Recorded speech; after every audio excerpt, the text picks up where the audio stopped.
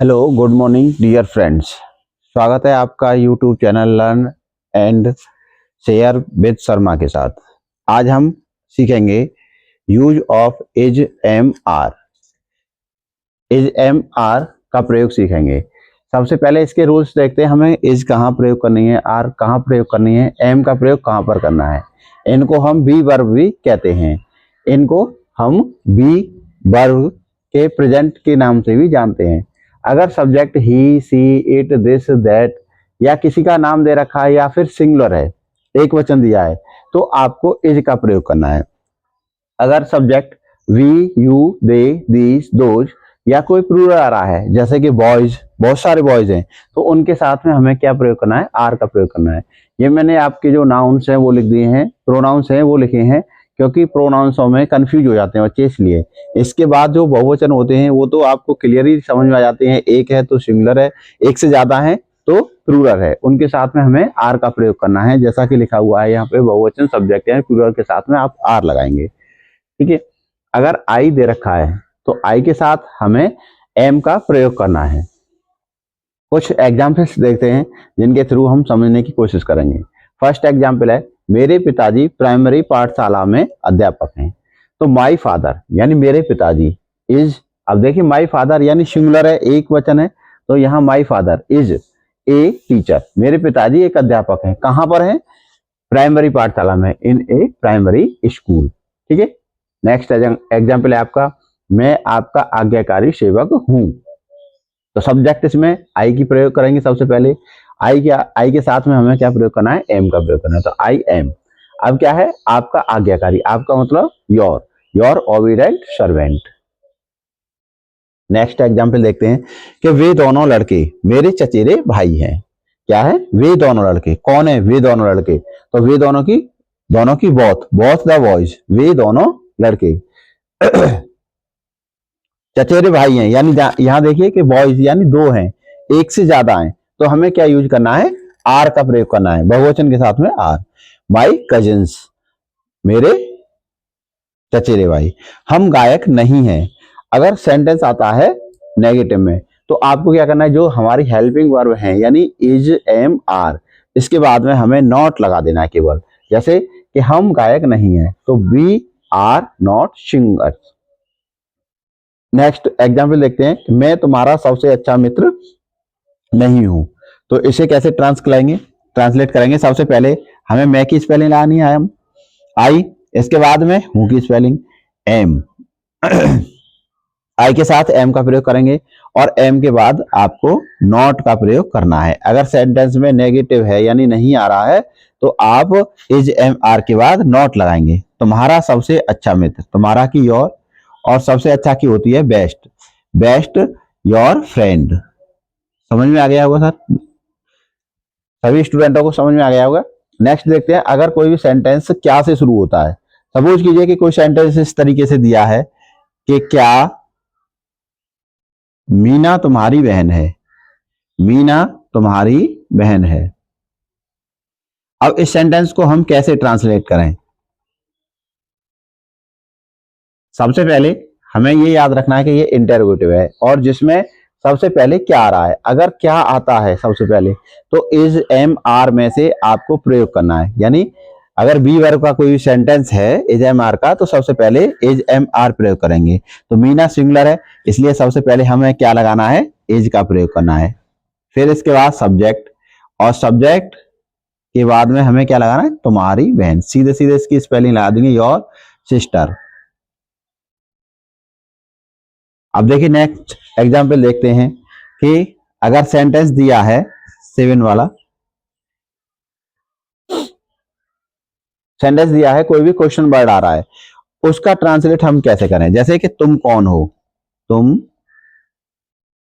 कौन हो। तो सबसे पहले हम किसकी स्पेलिंग लाएंगे, कौन की। अगर क्वेश्चन वर्ड है तो सबसे पहले आपको क्वेश्चन वर्ड की स्पेलिंग लगानी है। कौन की स्पेलिंग क्या है, हु। तो सबसे पहले हम हु लगाएंगे। अब देखिए इसके बाद हु के बाद में अगर ये सिंगुलर है तो आपको इज का प्रयोग करना है। अगर बहुवचन है तो आपको आर का प्रयोग करना है। तुम के विषय में पूछी जा रही है तो बहुवचन है, यू के संग क्या लगाते हैं, आर। हु आर यू, और लास्ट में क्वेश्चन मार्क लगाना है आपको। ये ध्यान रखना है कि अगर क्वेश्चन वर्ड दिया है तो आपको लास्ट में क्वेश्चन मार्क लगाना है। अब देखिए कुछ हम और एग्जाम्पलों के थ्रू अच्छी तरह से इसका प्रयोग समझेंगे। जैसे मान के चलिए सेंटेंस दिया है 7 8, किसी सेंटेंस में आ रहा है कि तुम कहां हो, तुम कहां हो। तो आपको सबसे पहले क्वेश्चन वर्ड यानी कहां की स्पेलिंग प्रयोग करनी है। कहां की स्पेलिंग क्या होती है, वेयर। अब इसके बाद में हमें सहायक क्रिया लगानी है, तो तुम सब्जेक्ट है, तुम के साथ में यानी यू के साथ में हमें क्या प्रयोग करना है, आर। तो वेयर आर यू। अब देखिए नेक्स्ट एग्जाम्पल, जैसे मान के चलो सिंगुलर आ रहा है कि वह एक सुंदर लड़की है। अब हम इसे कैसे बनाएं, वह एक सुंदर लड़की है, तो देखिए लड़की के विषय में बात हो रही है, तो वह की स्पेलिंग क्या लगानी है, आपको सी का प्रयोग करना है। क्या लगाएंगे, सी। एक सुंदर लड़की, तो है की स्पेलिंग क्या लगाएंगे, इज। एक सुंदर लड़की, ए ब्यूटीफुल गर्ल। नेक्स्ट देखिए, अगर क्या आता है, क्या वाले कुछ एग्जाम्पल और देखते हैं हम। जैसे सपोज कीजिए कि लिखा है कि क्या यह एक किताब है।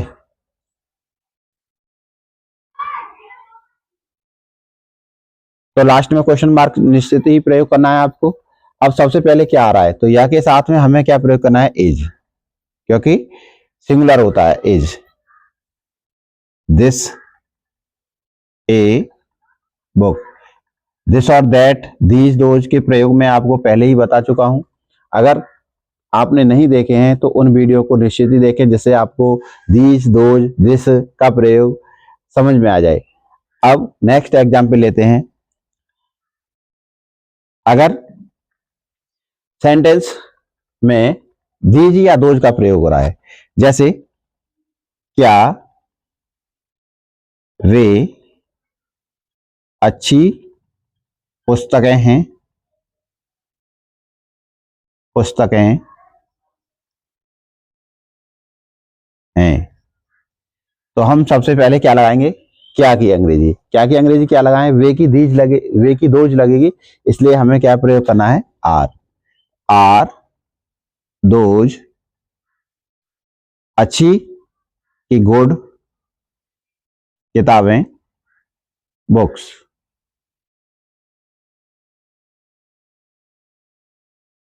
अब अगर क्या आ रहा है सबसे पहले, जैसे देखिए क्या मैं किसान हूं, किसान हूं। अगर मैं आता है तो मैं के साथ में हमें क्या यूज करना है, एम का प्रयोग करना है। तो एम को सबसे पहले यूज करेंगे, एम आई ए फार्मर। दोस्तों आपको वीडियो अच्छा लगा हो, इज एम आर का प्रयोग समझ में आ गया हो, तो सब्सक्राइब करें, लाइक करें चैनल को, और आगे नेक्स्ट वीडियो में मैं आपको इसी तरीके के नेक्स्ट प्रयोग समझाता रहूंगा, जिससे कि आपको अच्छी तरह से समझ में आए। थैंक यू, मिलते हैं नेक्स्ट वीडियो में।